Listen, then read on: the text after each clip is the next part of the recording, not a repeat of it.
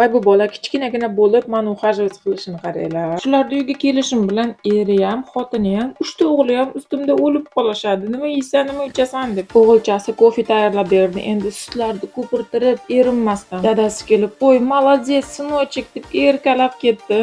Voy, kofeng rosa shirin chiqdi desam, sizga har doim kofe tayyorlab berishga tayyorman deb qo'yadi. Bularni uyda ayollarni juda hurmat qiladi-da. Shu narsani ko'rib katta bo'lyapti bu bola. Ertaga hayotda qaysi qiz mana shunaqa bolachalarga turmushga chiqsa rosa baxtli bo'ladi-da. Kirishim bilan srazu o'g'limi, erimi kim kutib oldi, srazu kurtkangni berma, o'zim o'lib qo'yaman deb o'sha ostonadan ухаживать qilib boshlaydi. Bularni ko'rsam, как будто yaqin qarindoshimni ko'rgandek xursand bo'lib ketaman. Nima ham deyman, iloyim hayotda shunaqa yaxshi insonlar ko'paysin deb qo'yaman ichimda. Ko'chada -16, qaranglar, mana nevani ichi полностью muzlagan ekan. Bemalol odamlar muzlab qolgan suv ustida yuribdi. Men hayotda yurmasdim qo'rqib.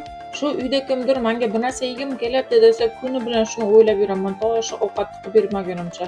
Aslida funchoza yegim kelyapti deb aytgandi-da. Kelas solib o'sha narsaga urinib ketsa, funchoza bilan qorinni to'qlab bo'lmaydi, o'shaning uchun yoniga srazu duxovkaga ovqat solib qo'ydim. Go'sht bilan piyozni qovurdim, priprava, zelen, chesnok, bodringim bor edi, bodring to'g'radim. Makafcha qilishga to'g'risi erindim.